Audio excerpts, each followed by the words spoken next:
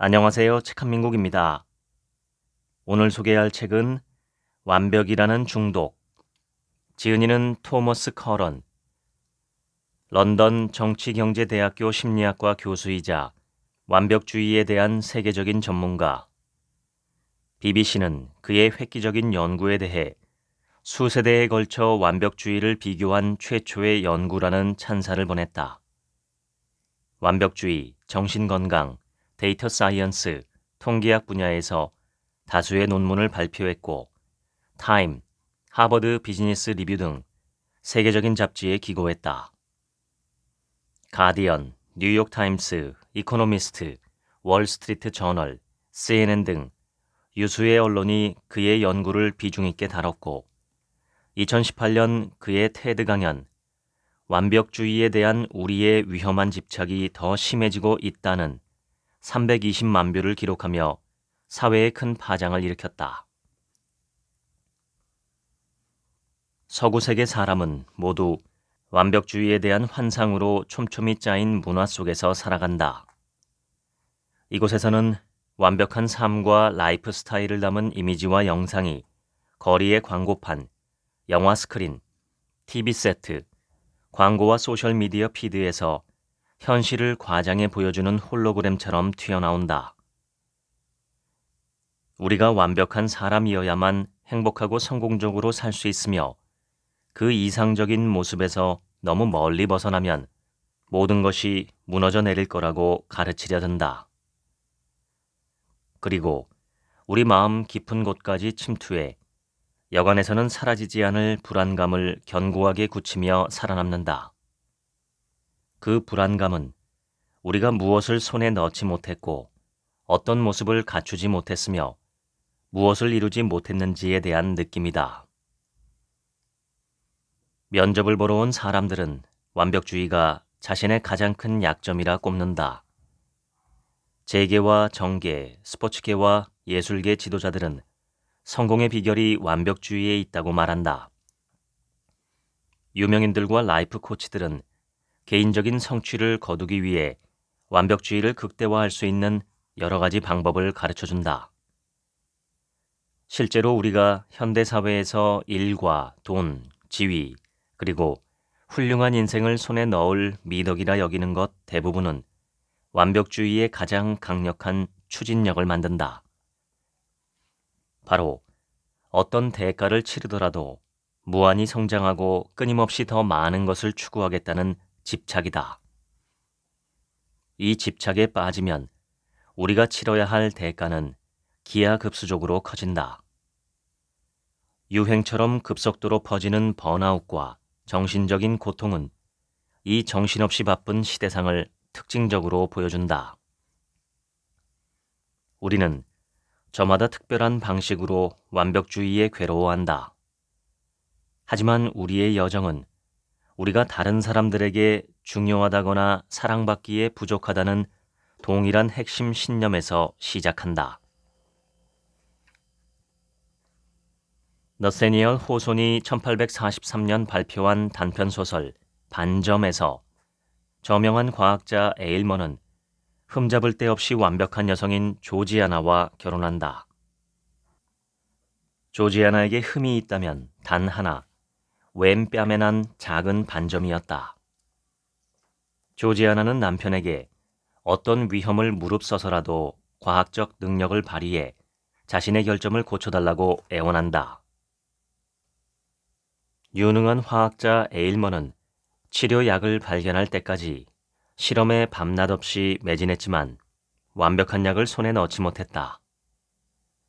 그때 갑자기 유레카 하고 외치는 소리가 들렸다. 에일머가 연금술의 기적을 만들어낸 것이었다. 조지아나는 허겁지겁 약을 들이켜고는 기진맥진에 쓰러졌다. 다음 날 잠에서 깨어나니 반점은 감쪽같이 사라지고 없었다. 에일먼은 이제 결점 없이 완벽해진 아내에게 이렇게 말했다. 이제 당신은 완벽하구려. 하지만 호손의 이야기에는 매서운 반전이 등장한다. 에일머의 약은 조지아나의 반점을 없앴으나 그 대가로 목숨을 걷어갔기 때문이다. 반점이 사라지고 얼마 지나지 않아 조지아나도 사라졌다.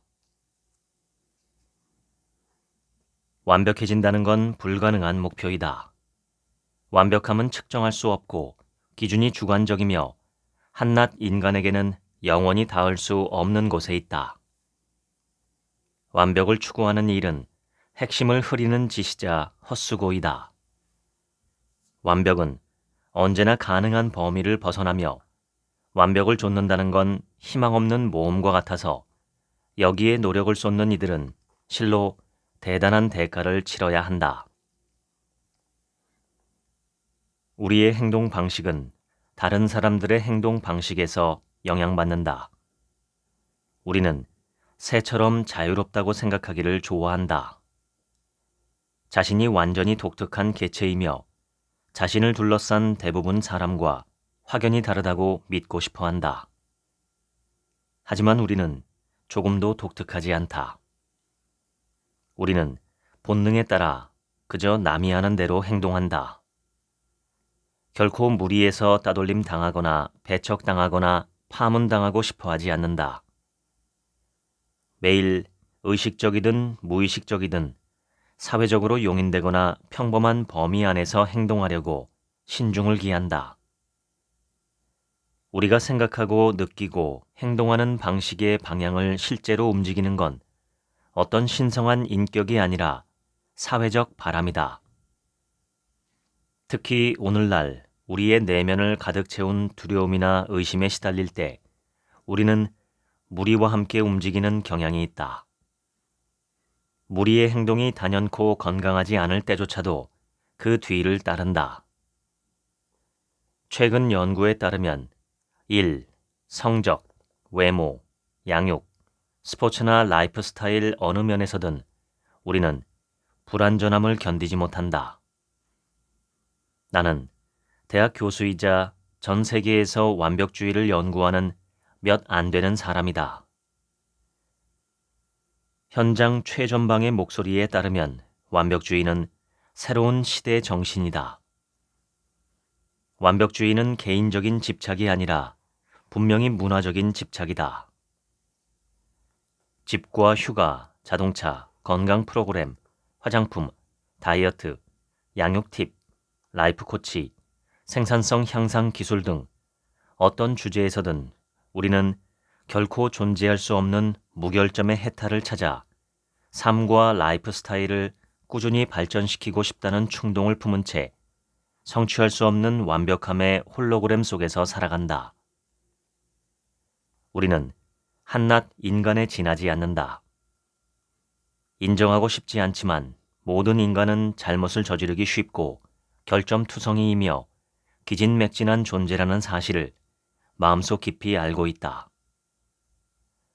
이 홀로그램 같은 문화가 모든 현실 감각을 더욱 엉망으로 뒤섞어 놓고 가장 인간적인 오류와 대자연의 느린 행진에 맞서 싸워야 한다고 강력히 주장할수록 우리는 망상을 좇으며 완벽주의에 올가매인다. 그리고 건강과 행복이 바닥으로 추락하며 무력해진다. 완벽주의자들에게 성공은 바닥 없는 구렁텅이다. 탈진에 고갈된 채 성공을 줬지만 나는 충분히 괜찮은 사람인가? 라는 심오한 질문은 언제나 우리를 기다리고 있다. 스스로 충분하지 않다고 끊임없이 느끼다 보면 인생은 극도로 어려워진다. 완벽함과 성취를 추구하다 보면 자기 자신에게서 멀어지는 것 같다. 더 나쁘게는 진정한 자기 모습을 결코 찾을 수 없게 되기도 한다. 우리는 특별한 목표도 없이 끝없는 일과 소비, 자기 개발을 요구받는다.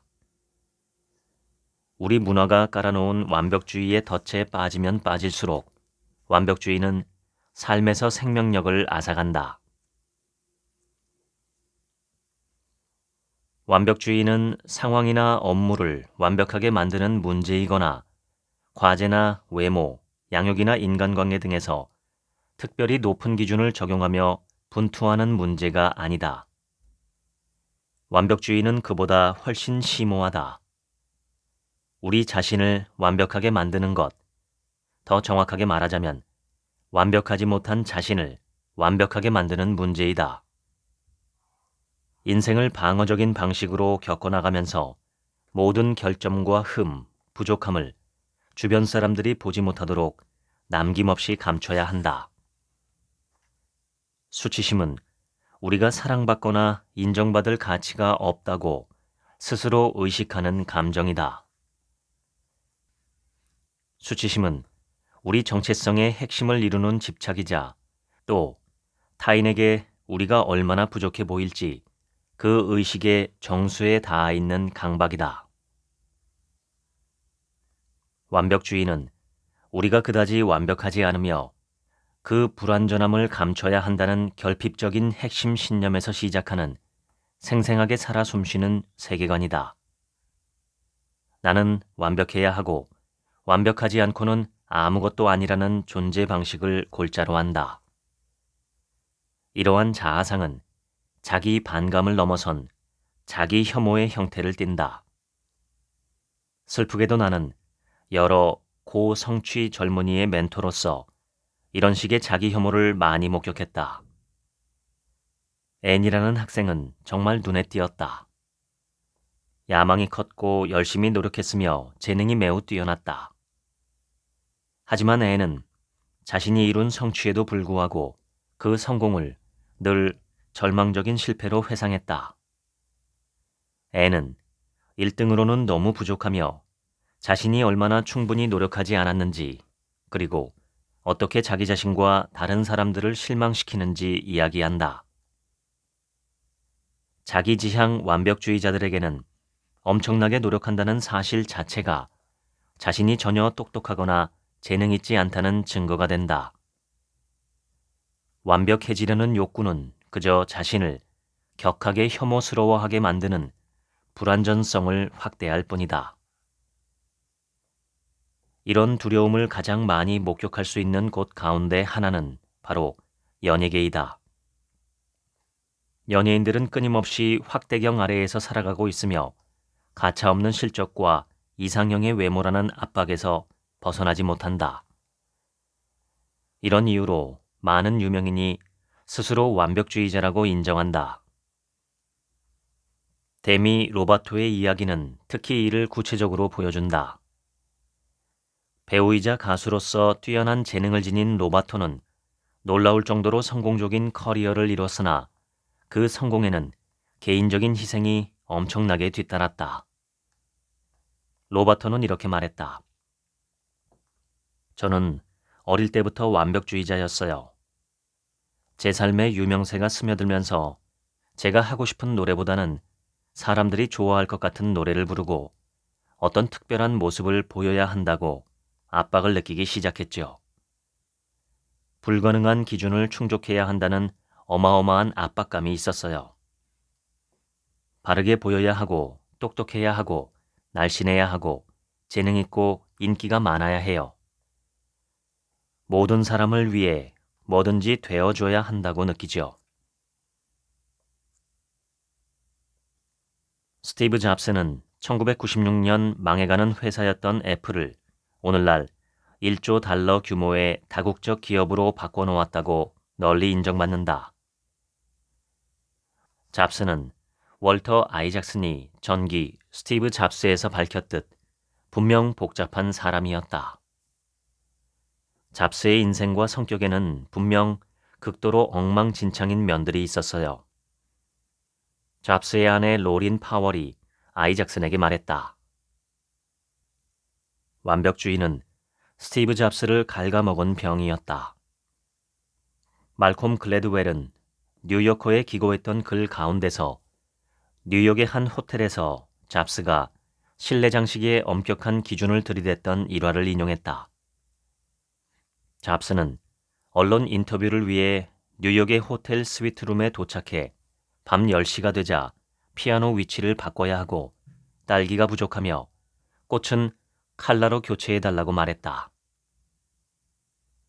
잡스는 자신의 완벽주의를 권력의 도구로 사용했다. 한 친구는 아이작슨에게 이렇게 말했다. 잡스는 당신의 약점이 뭔지 정확히 알고 어떻게 하면 당신을 스스로 보잘것없다고 느끼고 움츠러들게 할 수 있는지 아는 무시무시한 능력이 있어요. 거커의 라이언 테이트가 잡스의 전 직장 동료 몇몇과 인터뷰했을 때도 거의 똑같은 이야기를 들었다. 동료들은 잡스가 무례하고 거만하며 호전적이고 심술궂다고 회상했다. 그린필드는 잡스가 결국 완벽하지 못하면 뭐든 참지 못했다라면서 불가능한 기준에 못 미칠 때마다 다른 사람들에게 화풀이했다고 썼다. 스티브 잡스는 가장 일상적인 업무에도 완벽해야 한다는 생각으로 접근했다고 한다. 모든 완벽주의자를 하나로 묶는 변하지 않는 요소가 있다면 바로 우리가 무엇을 하든 그리 완벽하지 못하다는 사라지지 않는 확고한 불안감이다. 수백 건의 연구에 따르면 자기 지향 완벽주의는 자존감과 행복 같은 좋은 것들과 상관관계가 있지만 우울과 불안, 절망, 신체 이미지 우려와 거식증 같은 아주 나쁜 것들과도 상관관계가 매우 높다. 심지어 자살 충동을 부추긴다는 증거도 있다. 타인 지향 완벽주의는 높은 보복성, 존경받고 싶은 거창한 욕구, 타인을 향한 적대심뿐 아니라 낮은 이타성과 사회규범 준수, 신뢰 부족과 연관이 있다는 점이 발견됐다. 친밀한 관계에서도 타인 지향 완벽주의는 문제가 된다. 이는 침실에서도 상당한 문제를 일으켜 파트너와의 갈등이 커지고 성관계 만족도는 낮아진다. 사회 부가 완벽주의의 수준이 높은 사람들은 일반적으로 높은 고독감과 미래에 대한 걱정, 인정욕구, 열악한 인간관계, 반추와 곱씹기, 다른 사람들에게 불완전함을 들킬 수 있다는 두려움, 자해, 신체 건강 악화, 삶의 만족도 저하, 만성적으로 낮은 자존감 등을 보인다. 또한 심각한 정신적 고통에도 취약하다. 다시 말해 완벽주의에는 공격적이고 악화된 취약성이 내재되어 있다. 이 취약성은 실제하고 살아있으며 완벽주의자들이 자신에게 일어나는 일을 바라보는 렌즈가 되어 수많은 정신건강 문제에 극도로 취약하게 만든다. 우리 시대의 통념은 기본적으로 항상 성장하고 늘 긍정적이어야 하며 쓰러져도 유연하게 대처해야 한다고 말한다. 나쁜 일이 벌어져도 괜찮아.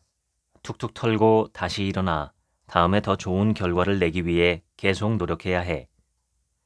스트레스 받는 일을 겪고 불행해하거나 혼란스러워하고 약간 피곤해하거나 비탄과 증오, 슬픔에 빠지는 것처럼 평범한 형태로 고통을 느끼는 건 나약하고 나태하며 야망 없는 자들의 특징이야.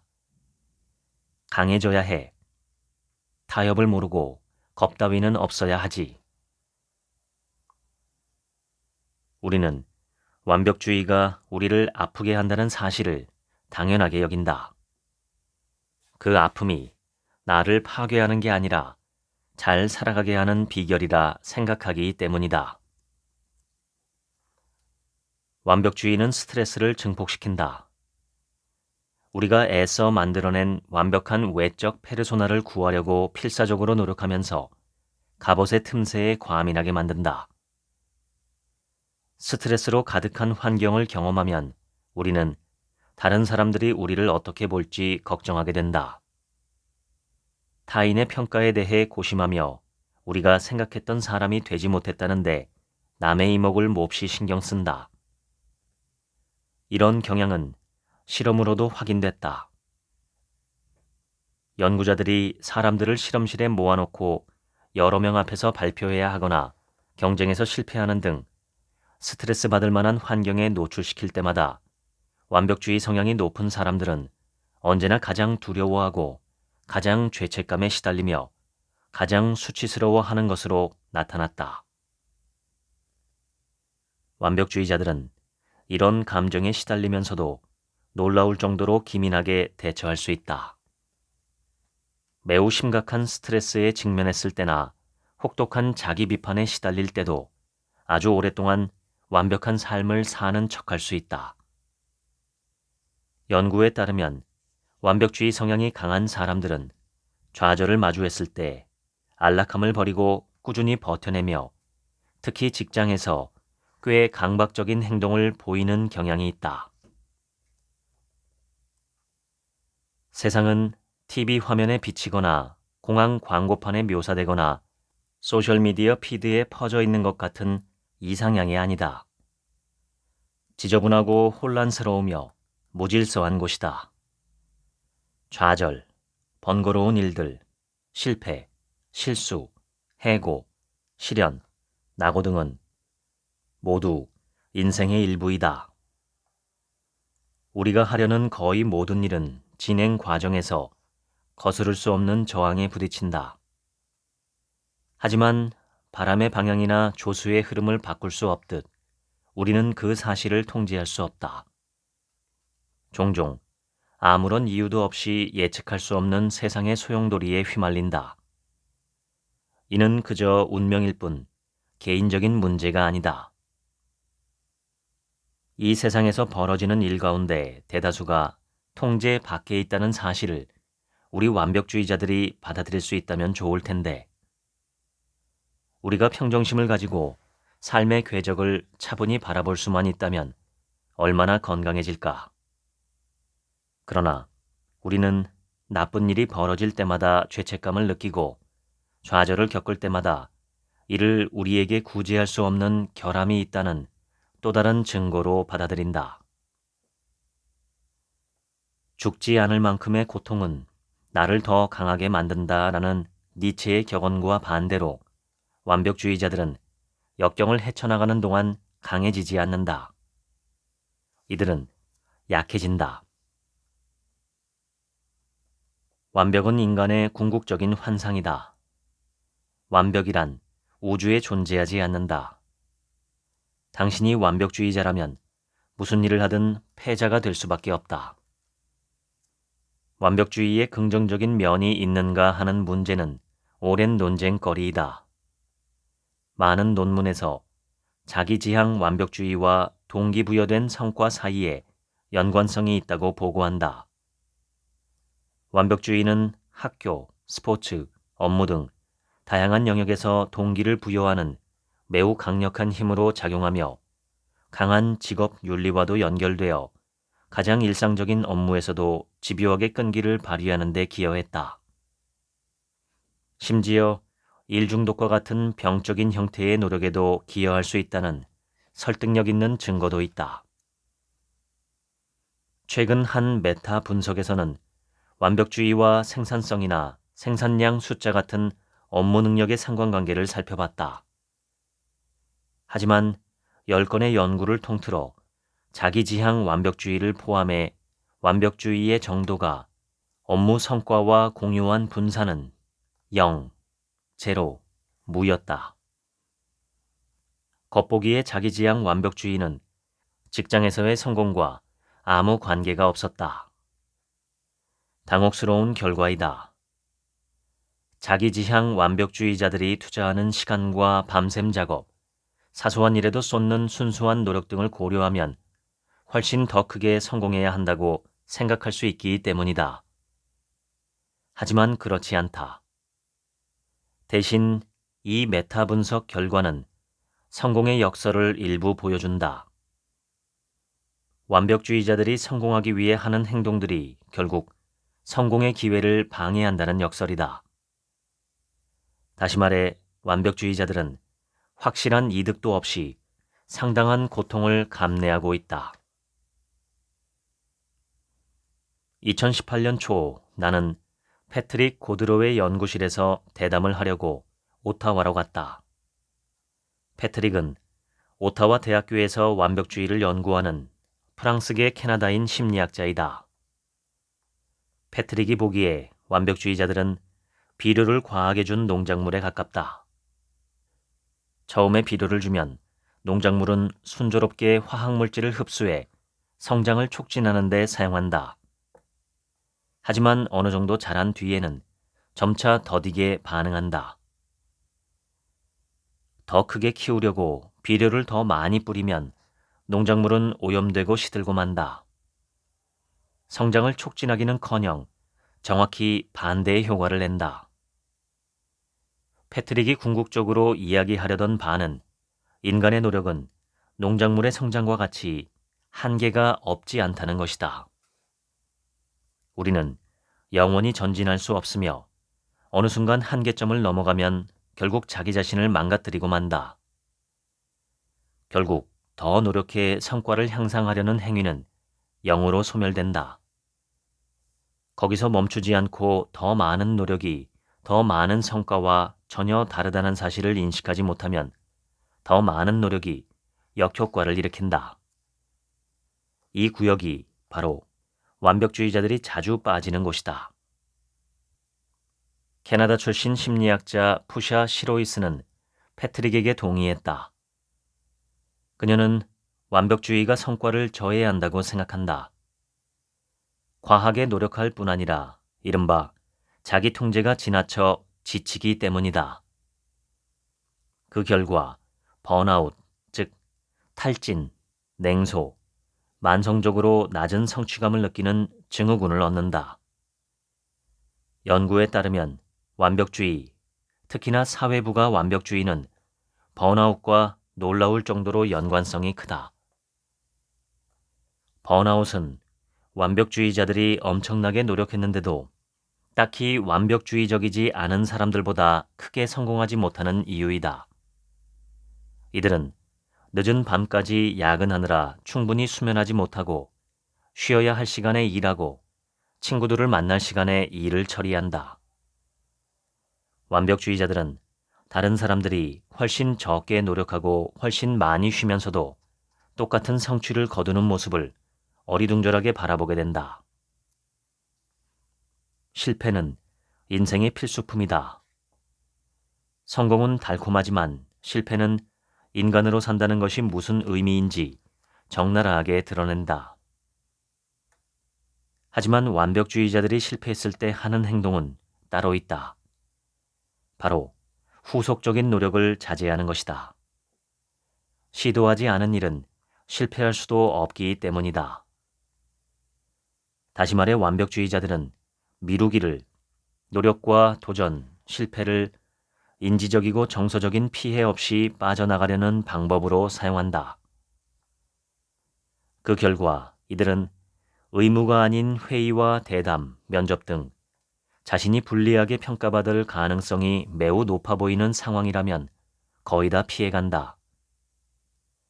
이런 행위 역시 자멸적인 결과를 낳는데 완벽주의자들은 고급 일자리에 지원하거나 승진이나 임금 인상 등을 요구할 가능성이 낮다. 그러면 왜 우리는 여전히 성공적인 완벽주의자라는 미신을 믿는가? 답은 생존자 편향에 있다. 생존자 편향은 인생의 승자에게서만 배우는 정신적인 오류이다. 이들은 정상에 오르는 과정에서 지성, 대담함, 추진력, 높은 수준의 완벽주의를 보여준 유명인이다. 성공한 완벽주의자들의 경험은 우리가 완벽주의가 성공의 비밀이라는 그릇된 결론을 내리게 한다. 완벽주의는 크게 유행하고 있으며 정신건강 문제와 연관되어 있다. 특히 젊은이들 사이에서 세계적인 문제점이 되고 있다. 고든 플렉과 폴 휴잇. 젊은이들과 시간을 보내는 사람은 누구나 고든의 말에 전적으로 동의할 것이다. 이는 전미교육협회가 유행병이라고 부르는 압박이다. 아동정신치료사협회는 침묵의 재앙이라고 말하기도 하며 왕립정신과학회는 위기라고 일컫는다.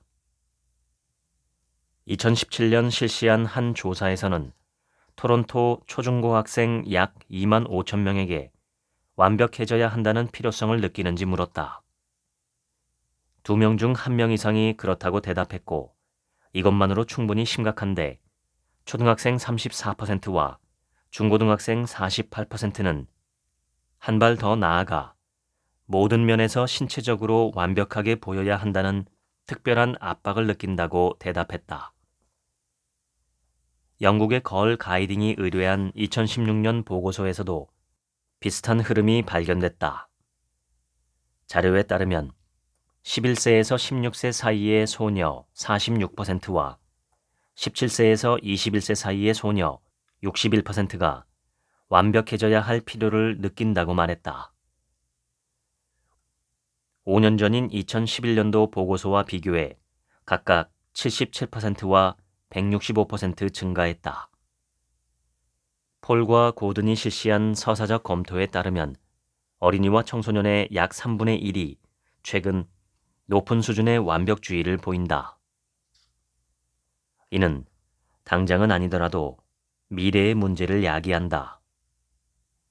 신경증이나 나르시시즘 같은 특성과 달리 완벽주의는 나이 들수록 스스로 해결되지 않는 것으로 보인다. 사실상 악화된다는 증거도 있다. 사람들을 몇 년에서 몇십 년 동안 추적한 소규모 연구 수십 건을 요약한 대규모 메타 연구에서 연구자들은 완벽주의 수준이 높은 상태에서 시작한 사람들이 나이가 들수록 더욱 불안해지고 성급해지는 반면 성실함은 줄어든다는 사실을 발견했다. 완벽주의자들은 자신의 과도한 기준에 못 미치면 기본적으로 자신이 충분히 잘하지 않는다고 여긴다. 그리고 과거보다 더 노력하면 어쨌든 실패를 무력화할 수 있으리라 생각하며 이를 보상할 더 높은 기준을 세운다. 하지만 애초에 기준이 지나치게 높았기 때문에 실패할 수밖에 없고 나이 들수록 점점 더 완벽주의에 빠지게 되는 충족되지 않는 기대치의 상승 사이클이 시작된다. 불안장애와 심각한 우울증, 외로움, 자해, 자살 충동과 같은 문제의 주요한 징후는 거의 완벽하게 동일한 과정을 거쳐 생겨난다. 우리는 정말 완벽주의의 덫에 걸려 있다. 완벽주의는 수많은 정신건강 문제의 원인이다. 완벽주의는 성공과는 관련이 없고 마지막으로 완벽주의는 폭발적인 속도로 부상하고 있다. 지난 30년 동안 행동유전학자들은 일란성 쌍둥이와 이란성 쌍둥이 그리고 입양한 형제 간의 차이를 연구했다. 일란성 쌍둥이는 동일한 DNA를, 이란성 쌍둥이는 절반의 DNA를 공유하고 입양된 형제는 아무런 DNA도 공유하지 않는다. 이런 유형의 어린이들 사이에서 특성의 유사성을 비교해보면 유전적 요인이 얼마나 되는지 가늠할 수 있다. 그리고 그 결과는 놀라울 정도로 일관적이다. 일란성 쌍둥이는 이란성 쌍둥이보다 닮았고 이란성 쌍둥이는 입양된 형제보다 비슷하다. 이 수치를 분석해보면 유전 가능성은 실제로 매우 높은 것으로 나타났다. 우리가 태어나는 모습의 약 절반은 유전되고 미리 결정되어 우리가 어떻게 할 수 없다. 하지만 DNA는 미리 결정된 대본이 아니라는 점에 유의하자. DNA는 사용 설명서이며 우리가 직면한 조건에 따라 어떤 부분을 읽어봐야 할지 강조해주는 후성 유전학이라는 분자적 과정이기도 하다. 즉, 우리의 특성은 생명작용의 타고난 총합이나 우리가 직면하는 상황을 무기력하게 반영한 결과가 아니라 이 둘의 복잡한 혼합물이다. 인간 발달에 미치는 문화의 영향력으로 따지자면 독일의 정신분석학자 카렌 호나이보다 영향력이 더 큰 사람은 없을 것이다. 호나이는 자신의 배경과 여러 환자의 증언을 되돌아보며 한 가지 패턴을 발견했다. 모든 사람의 문제는 조금씩 다르게 표현됐지만 기본적으로 유사한 정신적 고통이 있었다. 호나이는 이를 우리가 받아들일 수 없는 모순적인 경향이라고 썼다. 예를 들어 소비 경쟁이 너무 격렬해 평범한 월급으로는 살 수 없는 물건에 대한 욕망을 자아내는 문화 속에서 살아가다 보면 평범한 사람들은 당연히 좌절하고 만다. 우리 대부분이 닿을 수 없는 사회적 지위와 부에 대한 기대가 너무 높이 솟은 문화에서 살아갈 때도 마찬가지이다. 이 모순적인 경향은 우리 안에 분열을 일으킨다. 우리는 우리 자신에 대한 이상적인 모습을 만들어낸다. 이렇게 만들어낸 부유하고 멋지고 매력적인 모습은 자신에게 느끼는 부족함에서 비롯한 불안감을 떨쳐내는 데 쓰인다. 우리는 이 이미지와 자신을 동일시하며 문화의 이상형에 동조하고 이 동조 덕분에 우리가 부족한 사람이라 외롭다는 느낌을 덜 받게 된다. 하지만 동조에는 대가가 따른다. 문화가 치켜세우는 완벽한 인간과 자신의 모자란 현실 사이에서 내면의 갈등이 일어나는 것이다. 이상과 현실의 간극이 커질수록 내면의 갈등을 더 많이 경험하고 자기 모습을 있는 그대로 드러내기가 불편해진다. 호나이는 이런 양상을 다음과 같이 표현했다. 자기 자신을 축혀 세우면서 진짜 자기 모습을 더 이상 참지 못한다. 그리고 닿을 수 없는 기대의 굴레에 갇혀 자기 자신에게 분노하고 경멸하며 안달한다. 우리는 방어적인 자세를 취하고 다른 사람들을 두려워하며 우리의 불완전함을 세상에 드러내기를 더욱 무서워하게 된다. 이 공포는 자존감을 갉아먹고 약해진 자존감은 다른 사람들의 인정에 의존하면서 사랑을 지나치게 갈구하는 물꼬를 트고 만다. 안정적인 느낌, 단절되지 않았다는 느낌, 가치 있다는 느낌을 얻기 위해 우리는 완벽함의 가면을 쓴다. 호나이에 따르면 우리의 완벽한 자아는 해야만 하는 것들, 즉 당위의 총집합이다. 모든 것을 견딜 수 있어야 하고, 모든 것을 이해할 수 있어야 하고, 모든 사람을 좋아해야 하고, 언제나 생산적이어야 한다. 호나이는 이 피할 수 없는 명령들을 당위의 폭군이라고 불렀다. 나는 더 멋지고, 더 날씬하고, 더 강하고, 더 행복하고, 더 생산적이어야만 한다. 너무 많이 먹거나 너무 적게 먹어도 안 되며 규칙적으로 운동하면서도 휴식을 취하고 친구를 만나고 적당히 술도 마시고 일을 척척 해치우며 나 자신을 갈아넣고 모든 기회에 예스를 외치고 자기 관리를 하면서도 폭풍 요리를 하고 아이를 똑똑하고 단정하게 키워야 한다.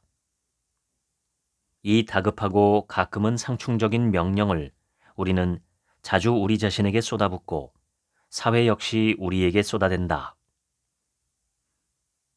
우리가 문화에 적응하기 때문에 가장 내밀한 긴장이 만들어진다. 호나이가 우리에게 주는 교훈은 그 무엇도 우리 잘못이 아니라는 점이다. 범인은 문화이다. 우리는 과잉의 시대에 살고 있다. 우리의 경제는 영구적인 확장 상태에서 고삐 풀려 과열된 원심 분리기와 같다. 성장과는 상관없이 규모를 유지하기 위해 경제는 끊임없이 더 새롭고 더 돈벌이가 되는 수익원을 끌어들여야 한다. 모든 사람이 갑자기 일회성 소비를 그만두기로 마음먹고 이 정도면 충분한 생활 수준에 만족한다면 수요의 감소는 경제를 급격히 불황으로 몰고 갈 것이다. 경제학자들은 이러한 성장이 최고다 경제를 공급자 중심 경제라고 부른다. 더 새롭고 더 색다른 물건들의 대대적인 공급이 과열된 소비자 수요를 만들어내기 때문이다. 이 수요는 수익은 일자리를 만들어낸다. 이러한 과잉 소비가 축적되다 보면 현대 가족의 생활에 없어서는 안 될 상품들이 천천히 눈사태처럼 몰려온다. 그리고 해가 갈수록 더 많은 물건이 이 목록에 더해진다.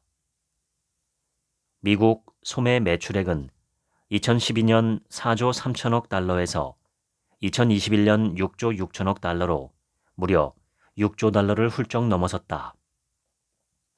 전 세계적으로 국제 소매 매출액은 2025년까지 31조 달러라는 엄청난 액수에 달할 것으로 예상된다. 이러한 핵폭발 같은 소비가 지속되려면 우리가 구매하는 제품뿐 아니라 제품에 대한 우리의 욕망도 만들어내야 한다. 이런 이유로 과거 40년 동안 PR과 마케팅, 광고, 금융산업은 폭발적으로 발전해왔다. 당신은 제품을 트렌디하고 쿨하고 힙하고 반짝반짝하고 새삥이며 신나고 신선하고 럭셔리하면서 동경의 대상으로 만드는 것이 소비자들에게 실제 사용 가치를 설명하는 것보다 훨씬 중요하다는 사실을 알 것이다. 모든 채널에서 이런 식의 느낌 마케팅이 쏟아져 나오면서 인공적인 현실이 담긴 홀로그램 문화가 만들어졌고 이 문화에서 벗어나기란 거의 불가능해 보인다. 홀로그램은 더 완벽해 보이도록 신중하게 날조한 삶의 판타지를 통해 흥미와 욕망의 자연스러운 충동을 마구 뒤섞고 우리의 욕구와 필요를 구매할 수 있는 모든 곳으로 확고하게 유도한다. 실제로 오늘날 모든 문제에는 상품화된 해결책이 존재한다. 광고는 불안을 조장한다. 우리 자신에 대한 불안, 현재 생활 환경에 대한 불안을 자아낸다. 광고는 내가 어떻게 보여야 하는지 인식하게 만든다. 세상 어딘가에서는 완벽하게 면도하고 또렷한 턱선을 드러낸 남성이 허공을 응시하며 롤렉스 시계를 부드럽게 만지고 있을 것이라 믿어 의심치 않는다.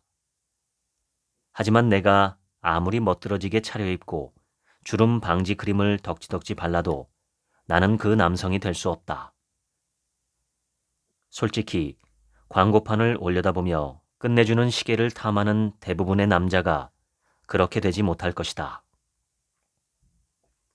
광고의 힘은 너무나 거대해서 식견 높은 사람들조차도 24시간 내내 주변에서 작동하는 시끄럽고 공격적인 사회적 설득에 저항하느라 힘겨운 시간을 보낸다.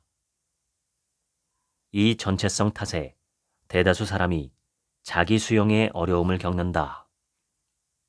자신이 이 정도면 충분하다고 느끼지 못한다. 만족이 손에 닿을 듯 말 듯 애태우는 한 우리는 광고주의 손에 놀아난다. 그리고 이들이 끌고 가는 대로 삶과 라이프 스타일에서 완벽을 좇는 절망적인 모험을 하고 갈망하고 소비하고 또 갈망하고 소비할 것이다. 성장이 전부인 경제에서 불만족은 영원히 우리의 삶에 내재해 있어야만 한다. 삐딱하게 들릴 수 있지만 필요한 물건을 가지고 싶다면 가지고 있지 않은 물건들을 계속 사야만 한다. 갈망을 멈추면 우리는 소비를 그만둔다. 그러면 기업은 문을 닫고 일자리가 없어진다. 우리가 필요로 하는 것들이 사라지기 시작하고 우리가 아는 사회의 기반은 무너지고 말 것이다.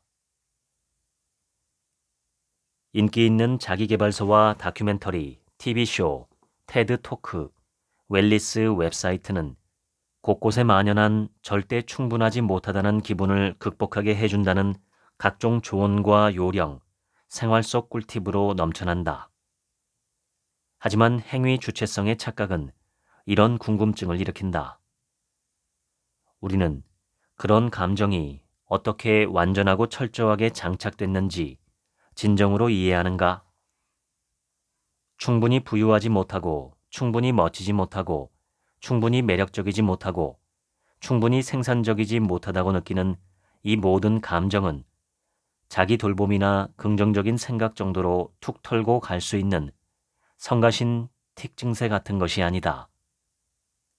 이는 체계적 사고이자 인지사학자들이 뿌리 은유라고 부르는 것으로 우리의 내면에 아주 깊숙이 침투해 있다.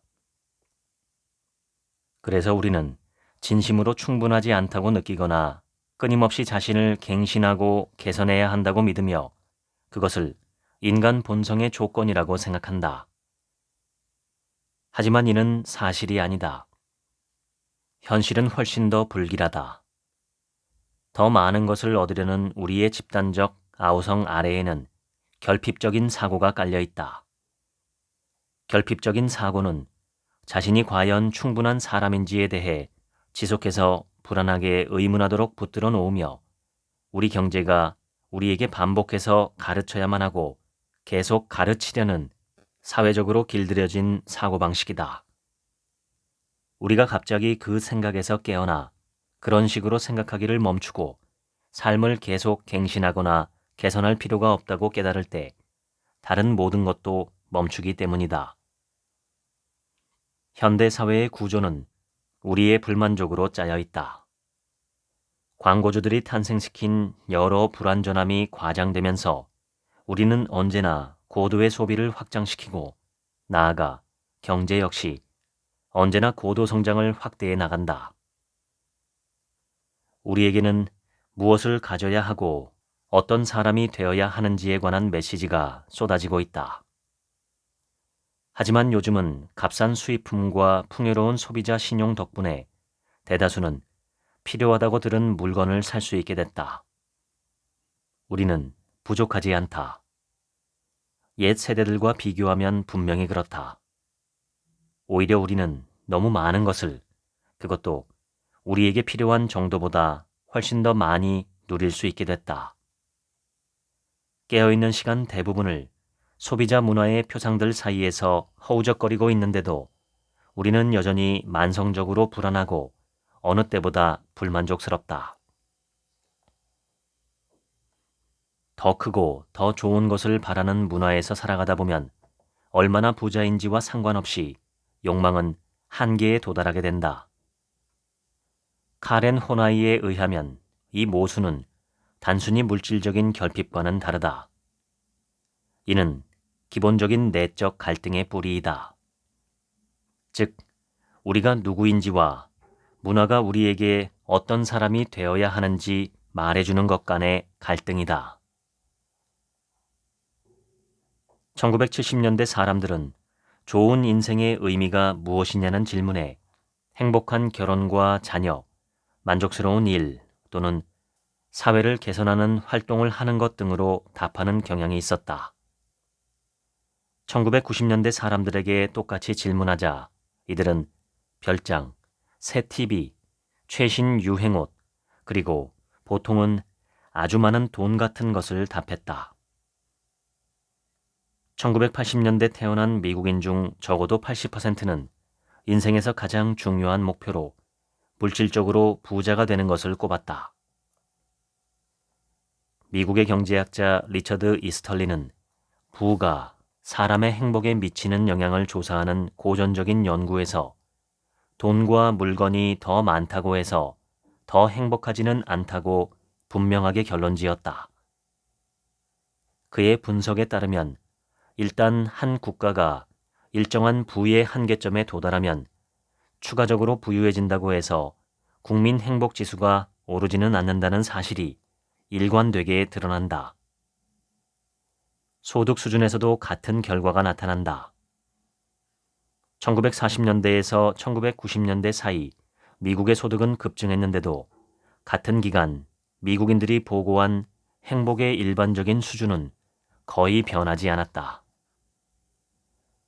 잉여의 부가 행복과 약하게 연결되어 있다는 이 역설은 이스털린의 역설이라고 불린다. 불충분하고 사랑받지 못한다는 감정은 우리 경제의 핵심이다. 우리의 행복이나 만족 또는 목적에 대한 근본적인 욕구나 사회 연결과는 아무 관계없다. 오히려 반대이다. 경제는 우리가 충분하다고 느끼지 못하도록 불안정을 만들어내기 위해 특별히 설계됐다. 결국 우리 삶은 자신이 뭔가 부족하다는 수치심에 기반한 두려움을 쇼핑요법으로 치료하는 일로 이루어질 것이다. 성장하는 과정과 소비자 문화 그리고 다른 사람들의 소비 풍경은 그에 걸맞지 않은 인생의 모든 측면을 부끄러워하도록 나에게 가르쳤다. 영향력 있는 교수 브레네 브라운은 이렇게 말했다. 제가 인터뷰한 사람들은 하나같이 취약성으로 어려움을 겪고 있다고 이야기합니다. 그리고 자신이 충분하지 않다는 수치심에 기반한 두려움과 싸우고 있어요. 내가 보기에 가장 중요한 것은 자기 연민, 즉 자기 자신을 받아들일 수 있는 마음이다. 우리는 자신에게 이렇게 말한다. 나는 충분치 않아. 나는 더 날씬하고 행복하고 멋지고 예뻐야 해. 자기 연민은 자기 명확성을 만들어낼 수 있다. 자기 명확성은 자기 자신을 돌보는 방법을 성찰하는 것을 의미한다. 우리가 무엇을 가졌는지, 어떻게 보이는지로 자신의 가치를 측정하는 대신 우리의 생각과 감정에 초점을 맞춘다. 자기 명확성은 근본적으로 다음과 같이 흘러가는 내적 대화이다. 무슨 일이 벌어지든 다른 사람들이 뭐라고 말하고 행동하든 나로서 충분해. 나는 나 자신을 친절하게 돌볼 거야. 연구에 따르면 자기 연민이 높은 사람은 자기 표현에 대한 걱정이 적고 완벽해져야 할 필요성을 덜 느끼며 자기 연민이 낮은 사람보다 자신의 신체에 더 감사하는 것으로 나타났다. 또한 스트레스 상황에 훨씬 잘 적응하고 대처하며 고민하고 반추하는 일이 적으며 불안과 우울 같은 정신 건강 문제도 더 적다. 자기 자신에게 친절해지겠다고 약속하자. 이는 우리 문화가 아무리 반대로 가르치려고 애써도 아무도 완벽하지 않고 모두 불완전한 삶을 살아간다고 이해한다는 뜻이다. 자기 연민을 지킬 때 수치심과 반추, 외모에 대한 걱정이 점점 덜 거슬리게 된다. 우리는 있는 그대로의 우리이다. 매일 밤 불완전함을 안고 잠드는 불완전한 덩어리이다. 이 결점들을 포용하고 자신에게 친절하며 인간은 실수할 수 있는 존재라고 인정하는 것은 완벽주의에 큰 망치를 드는 일과 같다. 세상이 당신을 짓밟으려 할 때마다 자기 연민을 연습하자. 광고에서 뭐라고 말하든 그 물건을 구매하든 말든 당신은 불완전한 존재로 살아갈 것이다. 그리고 그 존재로 충분하다. 영원히 그럴 수밖에 없다. 어느 누구의 삶도 완벽하지는 않다.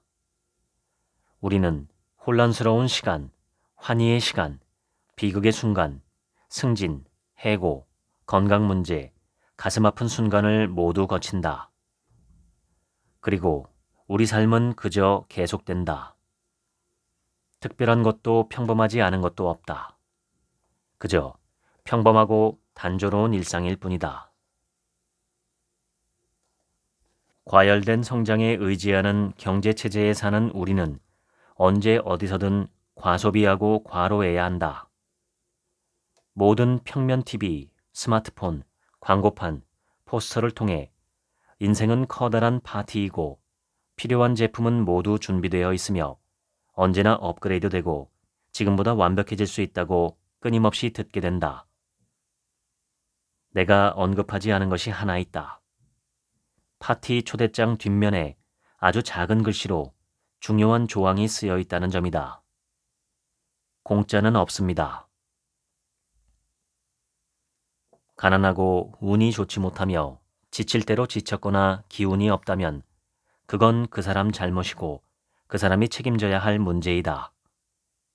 모두 자기 자신을 책임져야 하고 원하는 것을 가질 수 있으며 되고 싶은 사람이 될 수 있는 자유가 있다.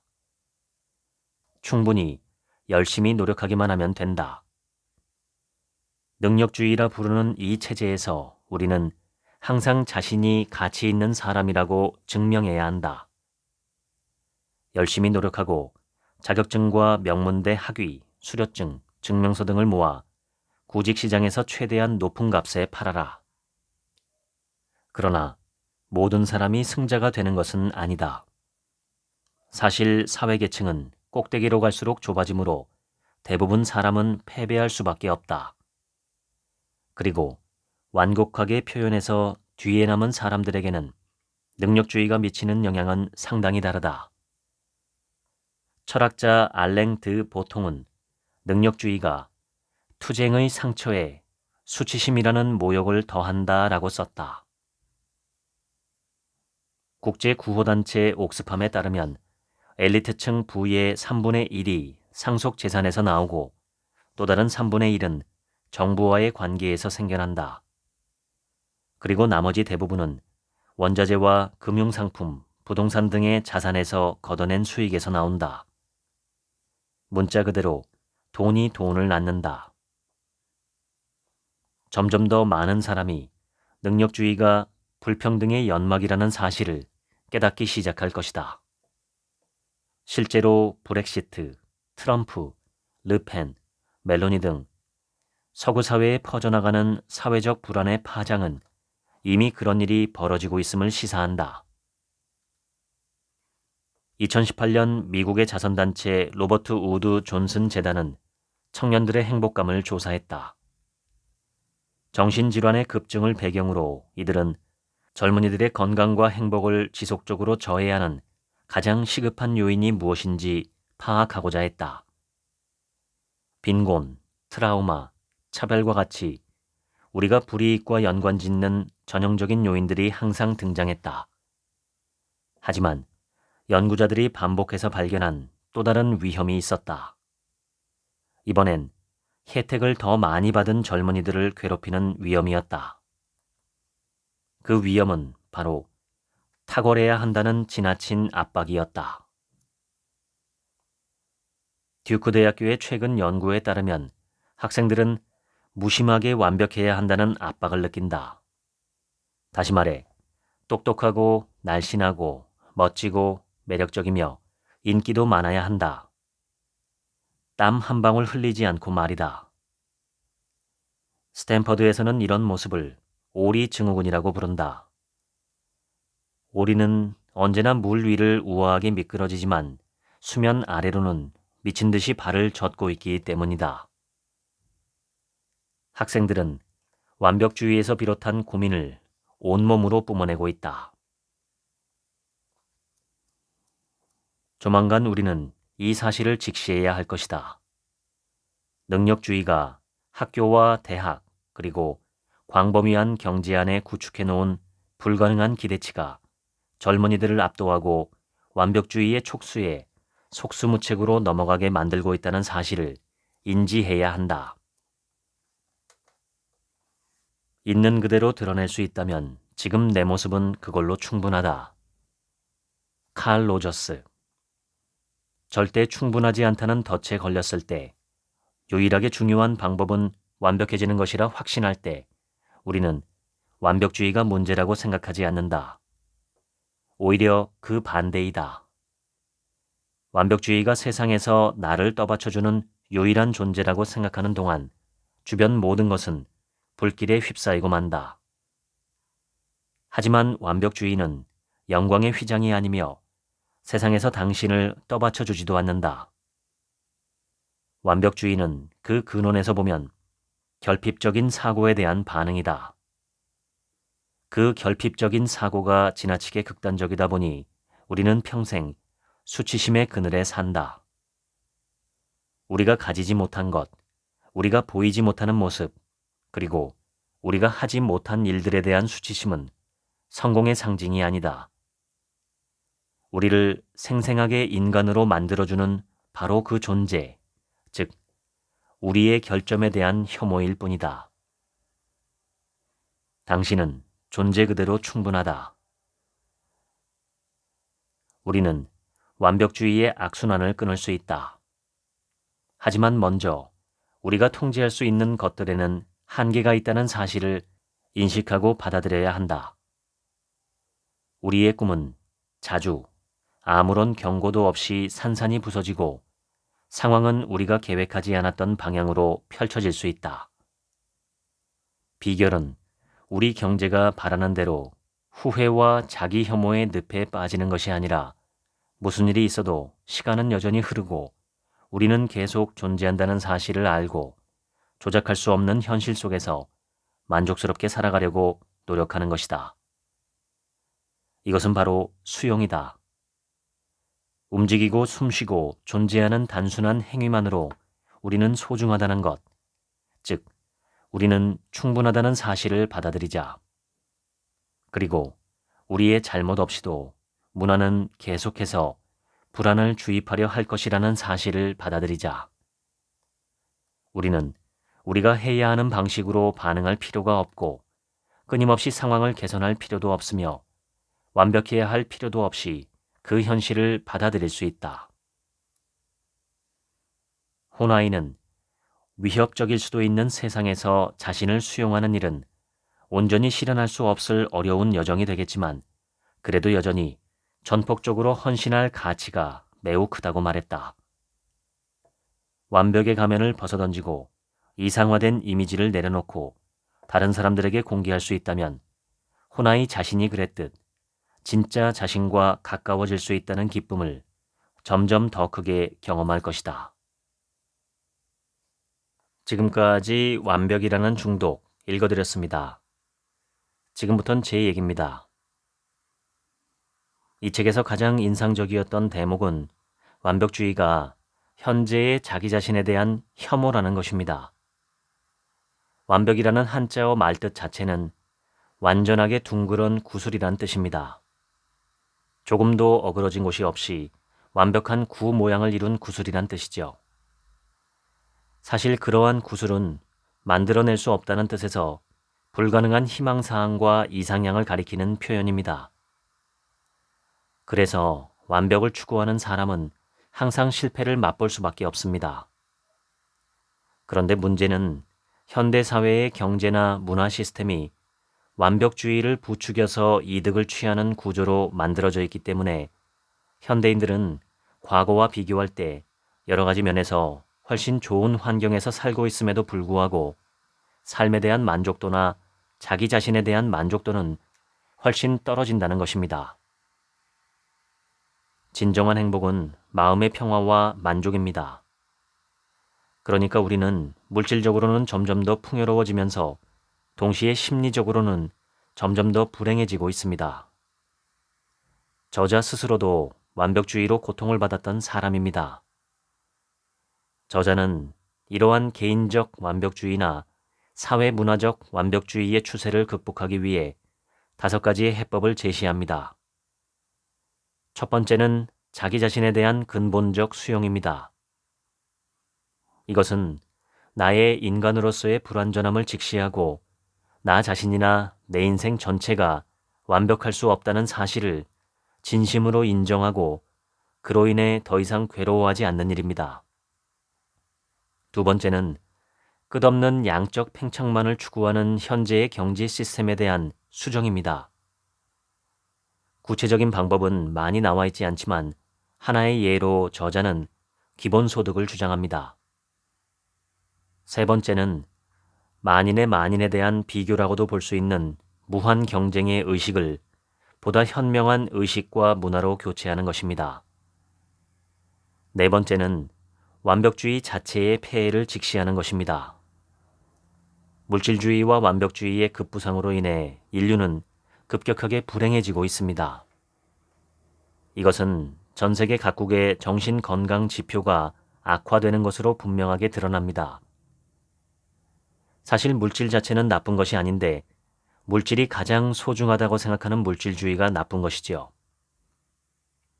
마지막으로 다섯 번째는 물질주의와 완벽주의에 물들어버린 현대사회의 지향점과 방향성을 새롭게 재고하고 세우는 것입니다. 근본적으로 인류가 나아가야 할 방향이 무엇이며 사람이 인생을 통해 추구해야 할 것이 무엇인가에 대한 새로운 가치관이 필요하다는 주장이지요. 붓다는 2600년 전에 우리가 스스로 만들어낸 괴로움으로 인해 괴로워하고 있다고 가르쳤습니다. 문제는 밖에 있는 것이 아니라 우리 안에 있습니다. 사랑이 무엇인지 생각해 본다면 어떻게 살아야 할지 의외로 쉽게 알 수도 있지 않을까 생각합니다. 우리가 누군가를 혹은 무언가를 사랑하는 이유는 그 대상이 완벽하기 때문이 아닙니다. 오히려 완벽한 대상은 두려움과 존경을 자아내지요. 우리는 불완전한 대상을 사랑합니다. 우리 스스로가 불완전한 존재이기 때문이죠. 사람은 사랑할 때 가장 행복합니다. 완벽하지 않은 모든 것은 사랑받을 가치가 충분하고 사랑이 절실히 필요합니다. 어쩌면 완벽한 인간이 한 명도 없다는 것은 인류에게 가장 큰 축복일 수도 있습니다. 모든 사람이 사랑할 수 있고 사랑받을 수 있으니까요. 시작은 자기 자신에 대한 사랑입니다. 당신께서 먼저 자기를 가장 뜨겁게 사랑하는 사람이 되시면 좋겠습니다. 돈이나 명예, 타인의 인정, 빛나는 성취 등에 대한 사랑보다 자기 자신의 있는 모습 그대로를 뜨겁게 사랑하는 사람이 되시면 좋겠습니다. 그것이 인간다운 인간입니다. 지금까지 책 한 민국의 하루치 생각이었습니다. 들어주셔서 감사합니다.